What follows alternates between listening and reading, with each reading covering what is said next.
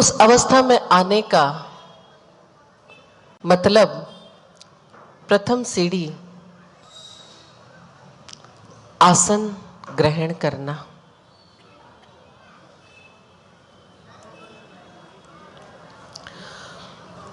आज हमने गुरुवरिया जी से संधि समय की साधना के बारे में समझा। संधि का समय क्या है इसके बारे में जाना।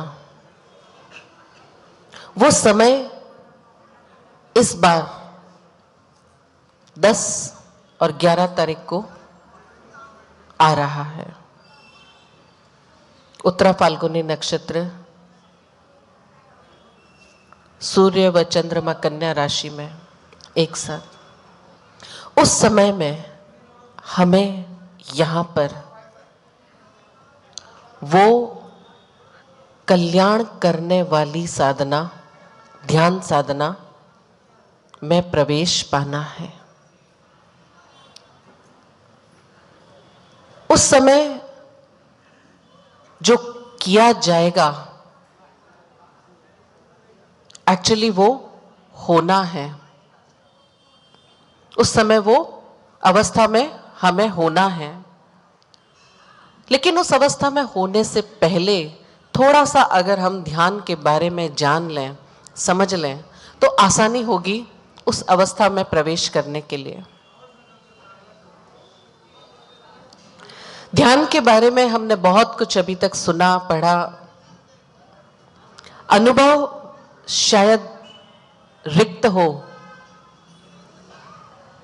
लेकिन पढ़ा सुना है। कितने प्रकार का ध्यान बताया गया है? 4 प्रकार का ध्यान। कौन कौन सा? आर्त ध्यान और रुद्र ध्यान, धर्म ध्यान और शुक्ल ध्यान। ज्यादातर समय में हम कौन से ध्यान में रहते हैं? पक्का? क्या है आर्त ध्यान और रुद्र ध्यान? सिंपल से अगर एक शब्द में समझना है तो आर्त ध्यान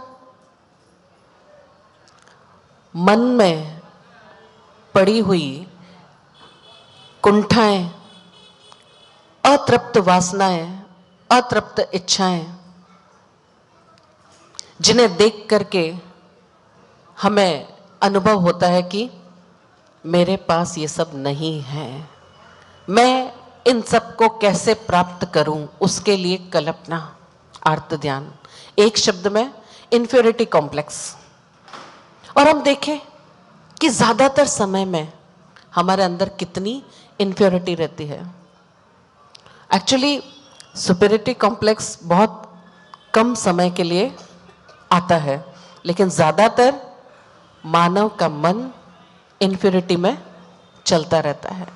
अपने आप की कमियां हर समय हमें दिखती है कि मुझे ये नहीं मिला और उसके लिए मैं क्या करूं, और उसके लिए जो कुछ भी किया जाता है वो सब क्या होता है? वो सब क्या होता है? आर्त ध्यान तो है ही, पर पाषंड, यानी हम अपने से बाहर हट करके कुछ न कुछ करने का, प्रपंच में उलझने का प्रयास हर समय करते रहते हैं। वो है आर्त ध्यान। फिर है रौद्र ध्यान, सुपीरियरिटी कॉम्प्लेक्स, ईगो में आना, कि जैसे ही जिस क्षण हमने जो सोचा वो हमें मिला, उस क्षण हमारे अंदर क्या भाव आता है? जो कुछ हूं वो मैं हूं, मुझसे बढ़कर के कोई श्रेष्ठ नहीं है। अपने अंदर श्रेष्ठता का भाव आता है। वो जो श्रेष्ठता का भाव है वो ऐसा है कि सामने वाला हीन और मैं उससे श्रेष्ठ, यानी एक कंपैरिजन के दौरान श्रेष्ठता का भाव आता है। और वो श्रेष्ठता का भाव भी तभी आता है जिसके अंदर हीनता का भाव आता है। जब हीनता है तो श्रेष्ठता का भाव भी कभी ना कभी आएगा, कि जैसे ही हमारा पलड़ा भारी हुआ वैसे ही हमें लगता है कि मैं सर्वश्रेष्ठ हूं। जो मैंने कहा, जो मैंने सोचा, जो मैंने बोला, जो मैंने जाना, वो सब कुछ सही है और जो दूसरा है वो गलत है।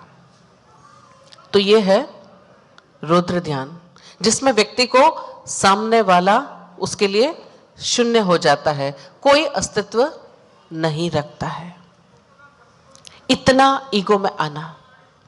अब वो ईगो किसी भी धारणा, किसी भी मान्यता, किसी भी विचार के लिए हो सकता है, किसी भी मत के लिए हो सकता है, चाहे वो अपने धर्म के लिए ही क्यों ना हो, चाहे हम यही क्यों ना बोलें कि मेरा धर्म श्रेष्ठ, मेरी जाति श्रेष्ठ, मेरा कुल श्रेष्ठ, मेरा खानदान श्रेष्ठ, मेरा देश श्रेष्ठ, मेरी जगह श्रेष्ठ, मेरा परिवार श्रेष्ठ। ये जो 8 प्रकार के शास्त्र में मत बताए हैं, ये सब क्या है? रुद्र ध्यान, सुपीरियरिटी कॉम्प्लेक्स, अपने आप को दूसरों से श्रेष्ठ साबित करना और दूसरों को अपने आप को श्रेष्ठ साबित करने के लिए हमेशा दूसरे को हीन ठहराना आवश्यक है। ये उसकी कंडीशन है। तो व्यक्ति ज्यादातर समय में हीनता और उच्चता की ग्रंथि के मध्य में झूलता रहता है। इसी में हमारा सारा ध्यान लगा रहता है। देखिए, ध्यान तो हर व्यक्ति का होता ही है। ऐसा कोई क्षण नहीं होता जब हमारा ध्यान नहीं हो, कहीं ना कहीं तो होता ही है, चाहे वो अशुभता में है और चाहे शुभता में है, लेकिन ध्यान तो है ही। आप कहीं पर भी बैठे हो, कुछ भी कर रहे हो, लेकिन अंदर कहीं ना कहीं तो ध्यान है। तो वो कहां पर है, वो जानना महत्वपूर्ण है। तो अभी हमने आर्त ध्यान और रुद्र ध्यान के बारे में समझा कि कितना सारा समय हमारा इन दोनों भावों के मध्य में चलता रहता है। सुपीरियरिटी में वही जाता है जिसके अंदर बहुत गहरे में हीनता होती है। अगर ये बात समझ आ जाए तो बहुत सारा मनोविज्ञान आपको समझ आ जाएगा। आपको किसी भी व्यक्ति का व्यक्तित्व समझ आने लग जाएगा, उसकी साइकोलॉजी समझ आने लग जाएगी कि अगर कोई व्यक्ति अपनी तारीफ कर रहा है, अपनी प्रशंसा कर रहा है, अपनी किसी भी चीज की तारीफ कर रहा है, तो इसका मतलब है कि उस पॉइंट को लेकर के उसके अंदर हीनता है, कहीं ना कहीं उसको कमी फील होती है। वही व्यक्ति जोर से बोलेगा, उच्च स्वरों में बोलेगा, हाई पिच पे बोलेगा, जिसके अंदर डर है। जिसके भीतर कोई डर नहीं है, उसकी वाणी भी उतनी ही शांत होगी। लेकिन भीतर का भय में अगर आदमी कांप रहा है तो बाहर से वो बहुत ज्यादा गुस्सा करने का प्रयास करेगा, दूसरों को डराने का प्रयास करेगा, दूसरों को अपने अनुसार चलाने का, दबाने का प्रयास करेगा। और ये सारा व्यवहार हमें अपने भीतर में देखना है कि कब कब हम आर्त ध्यान में होते हैं और रुद्र ध्यान में होते हैं, और इन दोनों के बीच में हम झूलते रहते हैं। तीसरा ध्यान आता है धर्म ध्यान। क्या है धर्म ध्यान?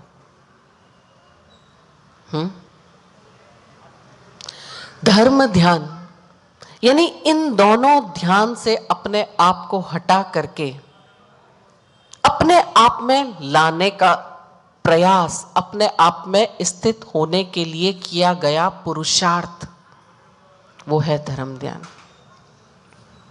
कभी ना कभी तो हमारा अंतरात्मा जागता है।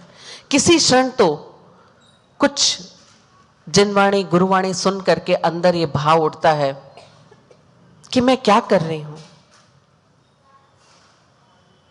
किधर भटक रही हूं।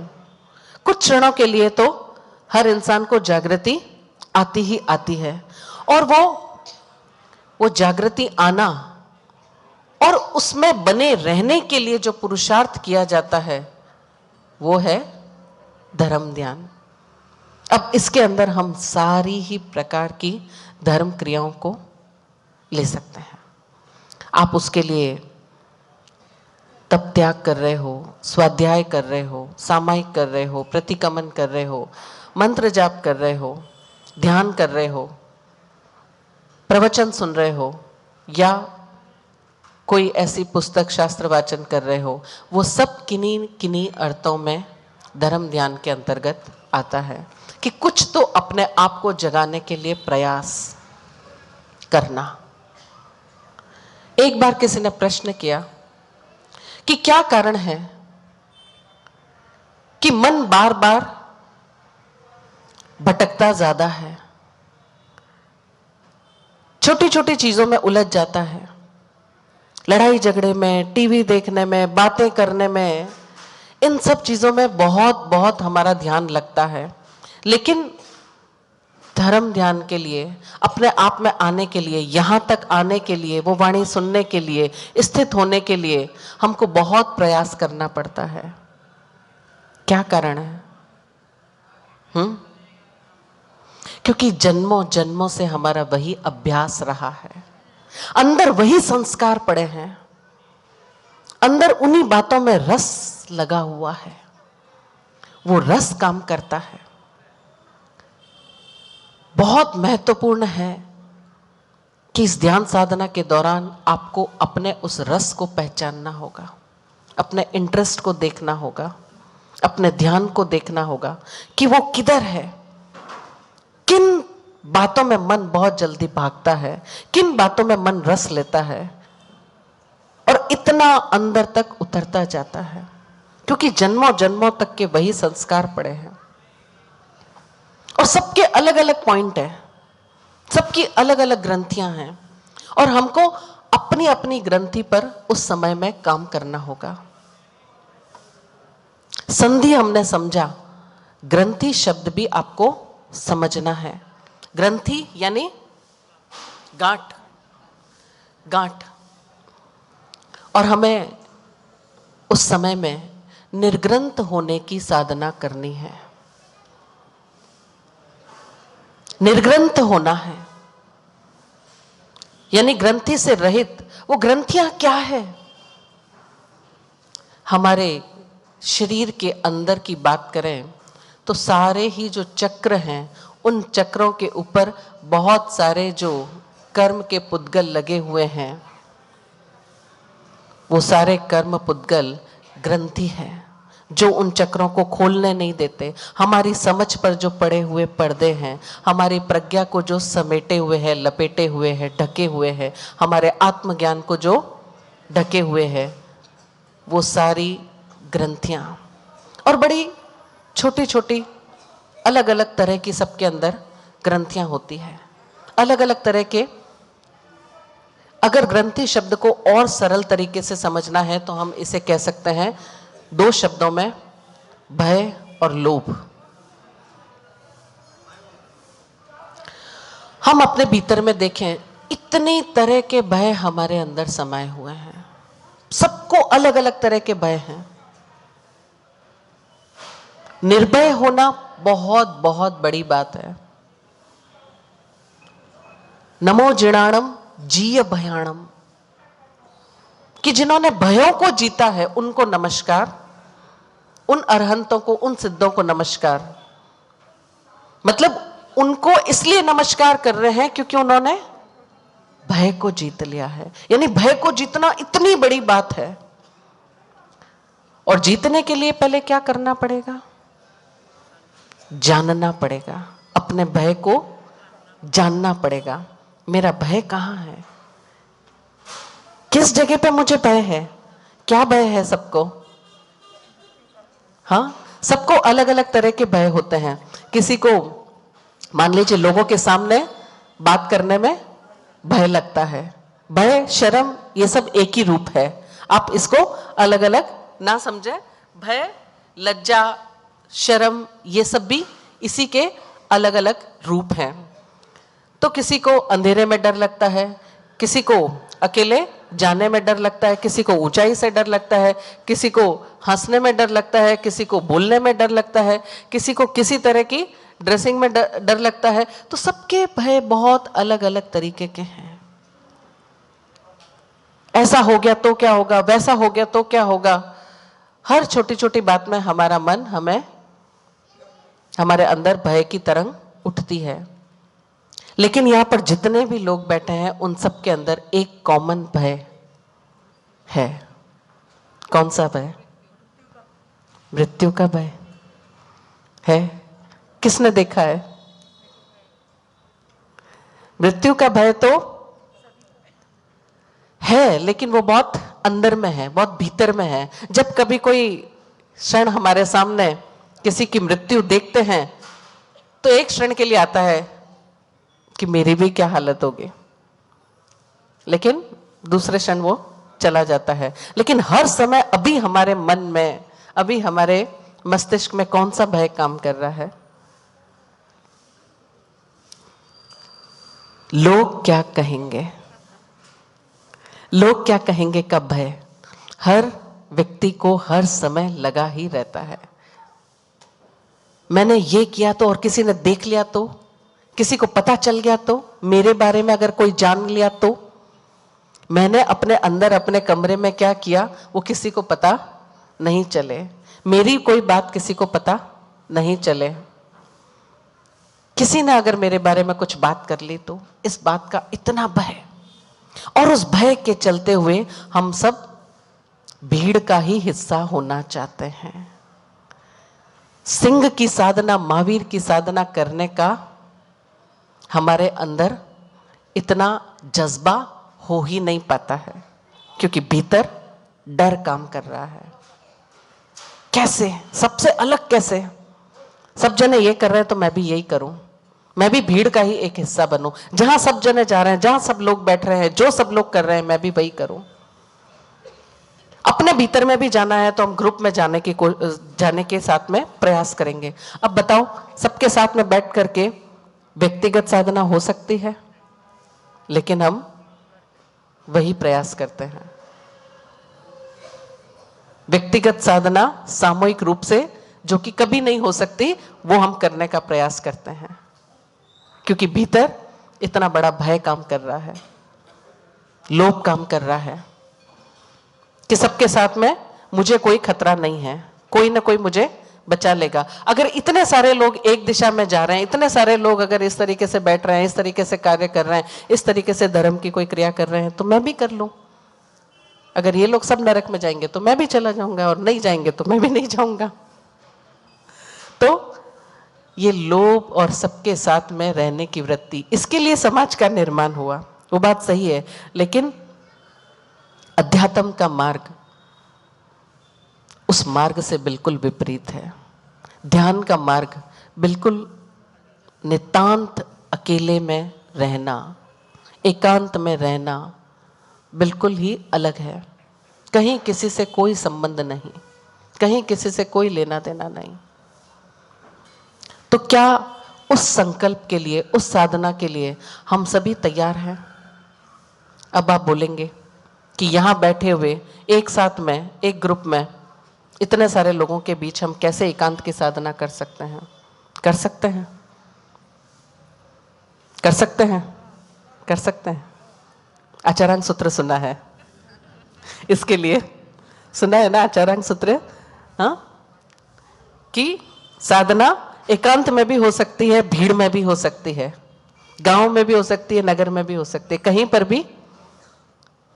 तो हम भीड़ में रह करके भी एकांत का अनुभव कर सकते हैं। यहां सबके बीच में रहते हुए भी अगर हमने संकल्प ले लिया और अपने भीतर में स्थित हम हो पाए, पजवा सामी और उससे पहले पच्चक कामी, ये अगर कर पाए तो अपने आप हम लोगों के बीच में होते हुए भी एकांत में हो जाएंगे, हो जाएंगे बिल्कुल। लेकिन उसके बाद बहुत महत्वपूर्ण कि ये आंख और ये कान, कान हमारा कंट्रोल नहीं है, वो तो खुले रहेंगे, लेकिन आंखों का क्या करोगे? जुबान तो फिर भी बंद कर दोगे कि मुंह पट्टी बांधी है, ठीक है, हालांकि उसका हम इतना लिहाज नहीं करते हैं, मुंह पट्टी बांधी है तो भी हमारा बोलना तो उसी तरीके से चालू रहता है, कोई बात नहीं। लेकिन फिर भी बहुत लोग मौन में सामायिक करते हैं और कोशिश करते हैं कि अगर हम साधना के लिए बैठे हैं तो पूर्ण रूप से मौन होकर के बैठे हैं। आंखें, और पता है कि 5 इंद्रियों में से सबसे ज्यादा प्राण सबसे ज्यादा ऊर्जा आंखों के थ्रू निकलती है। कुछ मत करो, 2 घंटे टीवी देख लो, वैसे ही थक जाओगे। आंखों का काम हो रहा है, इसलिए थक गए। कुछ किया नहीं, बैठे बैठे लेटे लेटे सिर्फ देखने मात्र से थक गए, क्योंकि आंखों के द्वारा इतनी सारी प्राण ऊर्जा बाहर बह गई। लेकिन हम यहाँ पर धर्म ध्यान के लिए उपस्थित हुए हैं, तो अब हमें क्या प्रयास करना है, क्या पुरुषार्थ करना है कि जो हर समय इंद्रियों के माध्यम से जो ऊर्जा, हमारी प्राण ऊर्जा बाहर की ओर बह रही है, अब उसको बाहर की ओर नहीं बहा करके अपने भीतर में ले आना है। और उसके लिए पहला प्रयास जो होगा वो होगा संकल्प का। आप सभी जब उस साधना के लिए बैठेंगे, पहला कदम, और संकल्प केवल यहां बैठ करके ही नहीं, अपने भीतर हर समय चलाना है। क्यों आए यहां पर, क्यों बैठे हैं यहां पर? हमें इतना तो दिख रहा है कि मैं यहाँ पर आई और मैंने सामायिक भी की और मैंने ध्यान से प्रवचन भी सुना, मैंने पॉइंट भी नोट किए, घर जाकर के वो प्रवचन लोगों को मैंने सुनाया भी, इतना कुछ इकट्ठा किया भी मैंने। लेकिन मैं क्यों आई? कुछ हुआ? कुछ अंदर से हिला? कुछ क्षणिक चोट पड़ी? कुछ भीतर कंपन हुआ? नहीं, तो फिर खाली की खाली है। कितने भी पेपर पेन भर लो, और पेपर पेन नहीं तो दिमाग से भर लो। हम सुनते भी हैं तो कहां से? दिमाग से, कि फटाफट ये चीजें हमें याद हो जाए, और याद होकर के ताकि हम जाकर के दूसरों को भाषण देने में हमारे काम आ सके।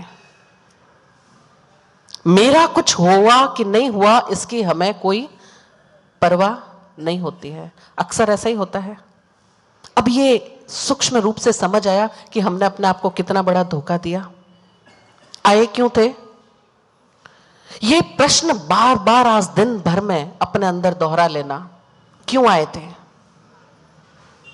जिस वजह से आए थे वो वजह पूरी हुई कि नहीं हुई? आपको याद भी होगा कि महाराज साहब ने क्या बताया, किससे क्या सुना, आप जाकर के रिपीट भी कर दोगे, लेकिन भीतर में कुछ हुआ कि नहीं हुआ, ईमानदारी से अपने आप को देखना ही है। और सबके साथ धोखाबाजी चलेगी, चालाकी चलेगी, और वो हम करते हैं और हमें पता भी नहीं चलता है, क्योंकि इतने चेहरे पे चेहरे ओढ़ रखे हैं कि हमें पता भी नहीं चलता है। और इतने हम अभ्यस्त हो गए हैं बचपन से लगा करके अब तक, इस समाज ने, परिवार ने, स्कूल ने, शिक्षा ने, माहौल ने इतने हमारे ऊपर लेप लगा दिए हैं कि हम अपनी असलियत भूल गए। हम ये भूल गए कि मैं कौन हूं, किस लिए आई हूं, ये बिल्कुल भूल गए हैं। एक्चुअली ध्यान एक नैसर्गिक अवस्था है, एक प्राकृतिक अवस्था है। आप जब पैदा हुए तब ध्यान में थे, वो ध्यान ही था। उस समय दुनिया की किसी की कोई नहीं पड़ी थी, कोई लेना देना नहीं था। कौन देख रहा है, कौन क्या सोच रहा है, किसी से कोई मतलब नहीं था। अपने आप के भीतर थे। अंदर से रोना आया तो रो दिए, अंदर से हंसना आया तो हंस लिए, अंदर से पैर चलाना हुआ, बॉडी का मूवमेंट हुआ तो हमने कर लिया, जिधर आंखें घूमी घूम गई, इच्छा हुई तो हमने भोजन ग्रहण किया, शरीर ने नहीं हुआ तो वापस, अगर जबरदस्ती दिया भी तो वमन कर दिया। बच्चे की यही अवस्था होती है, बिल्कुल प्राकृतिक, कोई शर्म नहीं, कोई भय नहीं। लेकिन धीरे धीरे हम उसके अंदर ये सब चीजें डालते जाते हैं, क्योंकि उसको समाज के अंदर रहना है, और हम अपनी प्राकृतिक अवस्था ही भूल जाते हैं। और आज हम भूल ही गए हैं। आज हम वो जानते हैं अपने आप को जो लोग हमारे बारे में जानते हैं। हम क्या है हम नहीं जानते, लोगों ने जो बताया वो हम जानते हैं। अपनी क्रियाओं, अपने व्यवहारों के द्वारा जो परिचय समाज के सामने प्रस्तुत हुआ और समाज ने जो नाम और जो व्यक्तित्व दिया, उसी को ओढ़ करके हम चल रहे हैं। और बाकी भीतर इतनी चालाकी है कि हमें पता है कि कब किसके सामने कौन सा रूप, कौन सा चेहरा प्रदर्शित करना है, वो हम कर देते हैं। और यहां पर भी हम उतने चेहरे ही ओढ़ करके आते हैं उन चेहरों के साथ, उस बनावट के साथ, उस मेकअप के साथ। सिर्फ ये वाला मेकअप नहीं, वो बाहर से किया हुआ, वो भीतर इतना गहरा मेकअप किया हुआ है, इतने कपड़े पर कपड़े लपेटे हुए हैं। कपड़े यानी कपट, कपड़े यानी कपट। तो इतने सारे कपट से हमने अपने आप को कवर कर रखा है। और ध्यान है नग्न हो जाना, एकदम प्राकृतिक हो जाना। हो सकते हैं, क्षण भर के लिए भी नहीं। अभी तक नहीं हुए ये बात समझ आती है, लेकिन हो तो सकते हैं। हमारे में से ही कोई महावीर हुए थे, हमारे में से ही कोई बुद्ध हुए थे, हमारे में से ही सारे सिद्ध पुरुष हुए थे, सारे गुरु भगवंत हुए थे। तो हम भी हो तो सकते हैं, लेकिन होने के लिए तैयार है क्या? महत्वपूर्ण बात है, फिर घूम फिर करके कि होने के लिए तैयार है क्या। आज अपने भीतर में दिन भर ये प्रश्न करना, क्यों गए और क्या हुआ जाकर के। एक रिवाज पूरा करना है, अंदर का भय पूरा करने के लिए कि कम से कम 8 दिन तो जाना ही चाहिए। अगर 8 दिन भी धर्म नहीं किया तो लोग क्या कहेंगे, और लोग क्या कहेंगे। एक भीतर भी एक डर है, क्योंकि सुन रखा है कि अगर थोड़ा भी धर्म नहीं किया तो नरक में चले जाओगे, और वो अवस्था होगी। उस डर की वजह से नहीं, डर के जो धर्म होता है वो धर्म नहीं है। लेकिन आम आदमी को वही समझ आता है। लोभ और डर के बिना धर्म समझ में नहीं आता है। आता है, देखो सारी की सारी क्रियाएं। अच्छा, प्रेरणा देने वाले भी इसी प्रकार से हमको प्रेरणा देते हैं, ये कर लो, नहीं किया तो कहां जाओगे, क्या हालत होगी तुम्हारी। अरे कई जगह तो ऐसी ऐसी क्रियाएं और ऐसा नरक का भय, इस तरह का दृश्य वर्णन करके बताया जाता है कि आम आदमी की रूह कांप जाती है कि ठीक है जो ये कह रहे हैं वो मान लो। वो क्या ऐसे पानी पीना, ठीक है ऐसे पानी पीना। वो क्या ऐसे खाना, तो ऐसे रहना। नहीं स्नान करना, नहीं ऐसे रहना। ये लाइफ स्टाइल अपनाना ठीक है।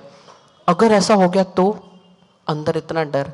अब बताओ, हम नमो जिणाणम जिय भैणम की साधना करने बैठे और सबसे पहले डर से हमारी यहां पर शुरुआत हुई, तो कुछ हुआ क्या? अरे इतने तो बुद्धिजीवी हैं हम। और लोभ, ये करने से स्वर्ग मिलेगा, और स्वर्ग में क्या मिलेगा ये सब भी पता है। स्वर्ग और नरकों का वर्णन बहुत बहुत हमने सुना है। एक तरफ डर और दूसरी तरफ लोभ, ये दोनों चीजें एक साथ में काम करती है। पूरा पूरा वहां जाकर के ये मिल जाएगा, और वहां जाकर के भी ठीक है। अभी अगर दान भी देना है तो ये कहना पड़ता है कि अभी दिया तो तभी मिलेगा, और हो सकता है कि यहीं पे वापस कई गुना होकर के मिल जाए। सब ठीक है, आप किस भाव से दे रहे हो। देते वक्त लेने की वृत्ति वापस ज्यादा है, लोभ का भाव पीछे काम कर रहा है, या देकर के सहज आनंद आ रहा है। दिया, आप सभी ने दिया, लेकिन आपका इंटेंशन क्या है, पीछे का भाव क्या है, ये अपने आप से पूछना। ध्यान की हर कसौटी केवल और केवल स्वयं से है, और स्वयं तक है। ना मेरा आपसे कोई लेना देना, ना आपके पड़ोसी से आपका कोई लेना देना। किसी को आपको जवाब नहीं देना है। कोई फर्क नहीं पड़ेगा अगर कोई आपके बारे में कुछ भी धारणा बनाए, तो आप अपने बारे में अगर ईमानदारी पूर्वक देख लिए, जान लिए कि जो किया वो क्यों किया, ये समझ आ गया, तो यहाँ आना, यहाँ बैठना और वो साधना में प्रवेश करना सार्थक होगा। तो ये सारे प्रश्न, ये सारी चीजें हमें जाननी है, समझनी है। और ये समझ करके जब संकल्प के साथ में आप उस साधना में प्रवेश करोगे, तब हो सकता है कि भीतर से कुछ हिल जाए, कुछ ग्रंथियां, कुछ तार हिल जाए, और वो तार अगर हिल गए तो खाली हो जाओगे। तब कुछ रिक्त होगा तो कुछ नया आ सकेगा। अभी तक तो नए आने के लिए कोई स्थान ही नहीं है, कोई स्पेस ही नहीं है हमारे अंदर। इतना हम बड़े भराए आते हैं, जो है जो मैंने सब जान लिया है, सब कुछ मुझे पता ही है, इस भाव के साथ अगर आए तो सारी रात धड़ाधड़ पड़ियो, धरती माते मेह, न माटी तो आली हुईगी, भाटा रह गया वह रवे। तो क्या बनना है, मिट्टी या पत्थर? पत्थर तो है, और इतने पत्थर हो गए हैं मन से कि शरीर भी पत्थर जैसा होता जा रहा है। देखो 40-50 के बाद में सबके जॉइंट्स में पेन है? ऐसे नहीं बैठा जा रहा, नीचे नहीं बैठा जा रहा, घुटनों में दर्द है, कमर में दर्द है, ये पोजीशन में नहीं होता है, वो पोजीशन में नहीं होता है, दर्द हो रहा है। क्यों हो रहा है? यहाँ पे गांठें हैं तो शरीर में भी गांठें होगी। इन दोनों का कनेक्शन है पूरा पूरा। यहाँ से खाली हुए तो वहाँ से भी खाली हो जाओगे, और वो सब हम ध्यान में करेंगे, वो सब अपने आप को खाली करने का प्रक्रिया हम करेंगे। तो आपको आज हमने उसका प्रथम चरण जो संकल्प की बात है, संकल्प की साधना है, वो की है। आगे हम शरीर शुद्धि की बात करेंगे कि उसके लिए आपको क्या क्या तैयारी करनी है। तो इन 1-2 दिनों में थोड़ी सी तैयारी हो जाएगी हमारी प्रवचन के बाद इस तरीके से। तो हम जब संधि का समय आएगा और हमें भीतर प्रवेश करना होगा तो उस वक्त हम कर पाएंगे।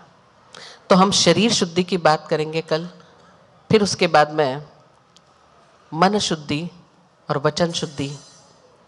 ये इतनी प्रकार की जब शुद्धि होगी तब भीतर में प्रवेश पाने के लायक हम हो पाएंगे। यहाँ पर तो प्रवेश हो गया, अब वो भीतर में प्रवेश कैसे होना है उसके लिए तैयारी करनी है। तो आज से ही वचन की बात हम बाद में करेंगे, लेकिन इतना कि कम से कम शब्दों का प्रयोग करना, कम से कम बोलते हुए, मौन में रहते हुए अपने आप से सिर्फ ये प्रश्न करते जाना है। तो इस संकल्प की साधना की बात। ओम शांति, ओम शांति।